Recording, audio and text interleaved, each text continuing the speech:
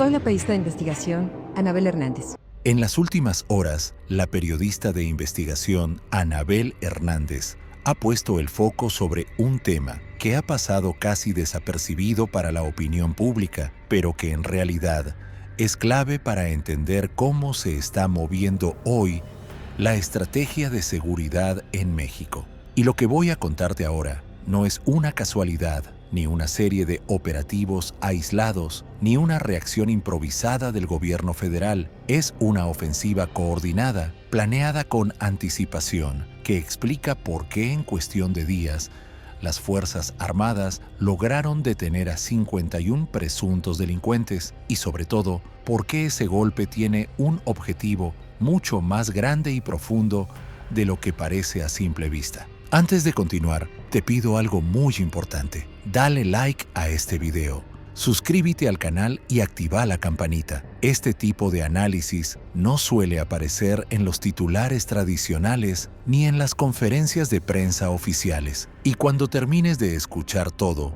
vas a entender por qué lo que está ocurriendo entre Michoacán y Colima no es un operativo más, sino una señal clara de cómo el Estado está intentando reorganizar su estrategia frente al crimen organizado, con todas sus contradicciones incluidas. Vamos por partes, porque esta historia no se entiende sin contexto. En paralelo al llamado Plan Michoacán, el gobierno federal activó una estrategia poco conocida, casi silenciosa, pero sumamente relevante. El operativo Pez Vela no nació como una ocurrencia improvisada, ni como una reacción mediática. Surgió prácticamente al mismo tiempo que el despliegue masivo de fuerzas federales en Michoacán, cuando el Gabinete de Seguridad detectó un riesgo que México ya ha vivido una y otra vez, el llamado efecto cucaracha. El efecto cucaracha ocurre cuando la presión militar y policial en un estado provoca que los grupos criminales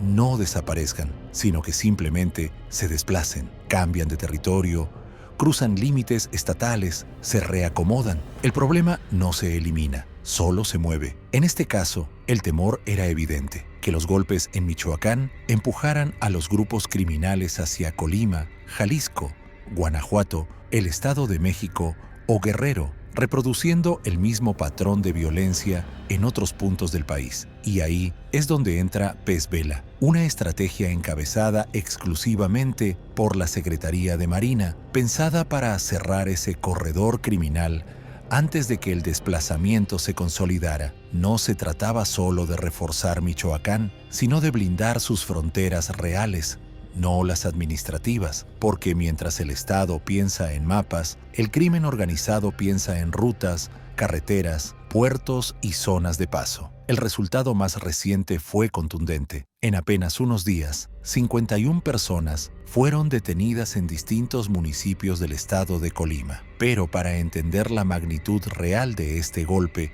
hay que mirar el contexto completo. Michoacán no fue intervenido por casualidad. Venía de una escalada de violencia que culminó con el asesinato del alcalde de Uruapan, Carlos Manzo, un hecho que detonó protestas a nivel nacional y obligó al gobierno federal a desplegar a más de 10,000 elementos en distintos puntos del estado. Sin embargo, mientras las autoridades marcaban límites territoriales y anunciaban despliegues históricos, el crimen organizado seguía operando sin fronteras, y eso quedó brutalmente expuesto el pasado 6 de diciembre con la explosión de un coche bomba en Coahuayana, Michoacán, un hecho que marcó un punto de quiebre. Las investigaciones confirmaron que la camioneta utilizada en el atentado inició su recorrido en el estado de Colima y recorrió más de 250 kilómetros, atravesando al menos 3 municipios y burlando 5 bases de operaciones de las Fuerzas Armadas. Ese solo dato encendió todas las alarmas, porque para que ese vehículo llegara hasta su destino, alguien falló. O peor aún, alguien fue superado por la capacidad logística del crimen organizado. No estamos hablando de un traslado improvisado, estamos hablando de planeación, inteligencia y conocimiento del terreno. Tras la explosión, la presidenta ordenó revisar el Plan Michoacán y convocó de urgencia a su gabinete de seguridad. Aunque públicamente pidió primero estar bien informados, ese mismo día por la tarde, el tema ya estaba sobre la mesa en Palacio Nacional. El coche bomba no fue un hecho aislado ni un mensaje al azar. Según la versión oficial, fue el resultado de una pugna directa entre el cártel Jalisco Nueva Generación y Cárteles Unidos por el control de la carretera federal 200, una vía estratégica que recorre el Pacífico desde Nayarit hasta Chiapas y que conecta territorios clave para el tráfico de drogas, armas y personas. Coahuayana no es un punto cualquiera, es el límite exacto entre Colima y Michoacán, un territorio históricamente disputado. En medio de ese contexto apareció un video. Un encapuchado que se identificó como el Mencho negó cualquier responsabilidad del CJNG en el atentado y señaló directamente a sus rivales, encabezados por Juan José Farías, alias El Abuelo. El mensaje buscaba instalar una narrativa, deslindarse, desviar la atención, sembrar duda, pero esa versión duró poco. El fiscal de Michoacán, Carlos Torres Piña, salió a desmentirla con datos precisos. Confirmó que sí se trató de un coche bomba, que la detonación fue realizada vía remota con apoyo de un dron, que ya tienen identificados los rostros de 3 personas que participaron directamente y que las indagatorias apuntan de manera clara al cártel Jalisco Nueva Generación como autor del atentado. Además, reveló que el ataque iba dirigido específicamente contra la policía comunitaria de Coahuayana y que los 6 detenidos reportados previamente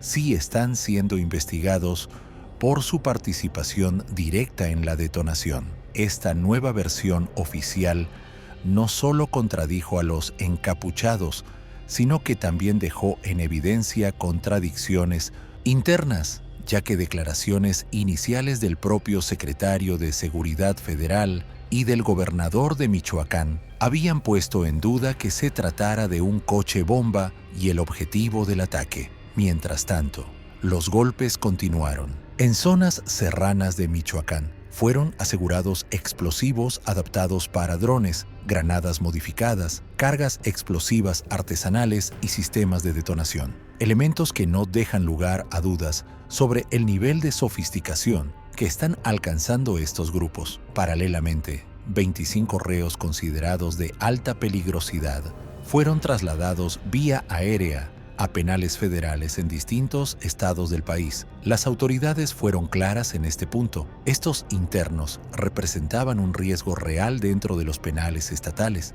Liderazgo negativo, capacidad de corrupción, vínculos activos con organizaciones criminales y posibilidad de reagrupamiento. Es decir, cárceles que, lejos de contener el crimen, podían convertirse en centros de operación. Pero no todo fue control y coordinación. También empezaron a aparecer las grietas del sistema. La alcaldesa de Uruapan denunció presuntos actos de extorsión por parte de policías asignados al Plan Michoacán. Y días después, el propio gobernador confirmó la suspensión de 3 elementos de la Guardia Civil acusados de extorsionar a un transportista. La respuesta fue drástica y polémica: abolir las multas económicas para evitar abusos, una medida que abre más preguntas de las que responde. Y mientras el gobierno federal y estatal hablaban de operativos, detenciones y ajustes estratégicos, ocurrió algo que contrasta de manera brutal con todo este discurso. En el municipio de Coalcomán,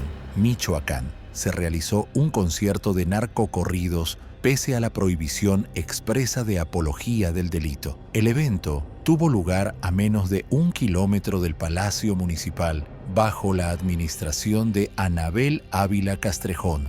Durante el concierto se interpretaron canciones que hacen referencia directa a presuntos narcotraficantes de la región. No era la primera polémica. Esta misma alcaldesa ya había participado en homenajes públicos donde se aplaudió al Mencho y encabezó ceremonias donde se agradecía al líder del CJNG por la entrega de juguetes a niños. Por estos hechos, el Congreso de Michoacán aprobó iniciar un juicio político que, de manera sorpresiva, terminó siendo suspendido por orden del nuevo Poder Judicial. Y aquí es donde todo se conecta. Mientras por un lado se ejecutan operativos coordinados, se trasladan reos peligrosos y se detiene a decenas de presuntos delincuentes en Colima, como parte del operativo Pez Vela. Por otro lado, se permiten eventos que normalizan, glorifican y legitiman al crimen organizado.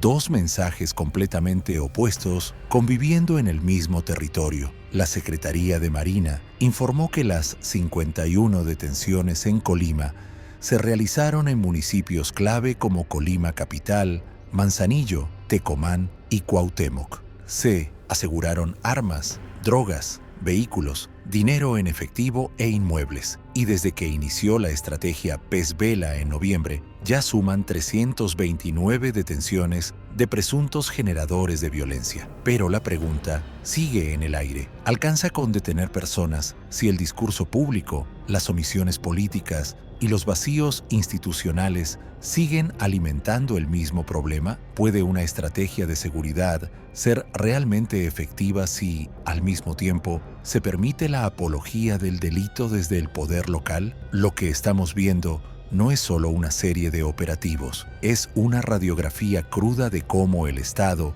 intenta cerrar corredores criminales mientras lucha contra sus propias contradicciones internas. El efecto cucaracha no solo se combate con militares en las carreteras, también se combate con coherencia política, con sanciones reales y con decisiones que no manden mensajes ambiguos a la sociedad. Porque al final del día, el crimen organizado no solo se mueve por caminos y fronteras, también se mueve en los silencios, en las omisiones y en los aplausos disfrazados de eventos culturales. Y ahora te pregunto a vos, ¿crees que esta estrategia realmente va a contener la violencia o solo la está desplazando a otros territorios? ¿Es suficiente detener a 51 personas si el entorno sigue normalizando al narco desde el poder local? Te leo en los comentarios, porque este debate es clave para entender hacia dónde vamos como país. Y recordá, la verdad puede estar enterrada, pero siempre termina saliendo a la luz.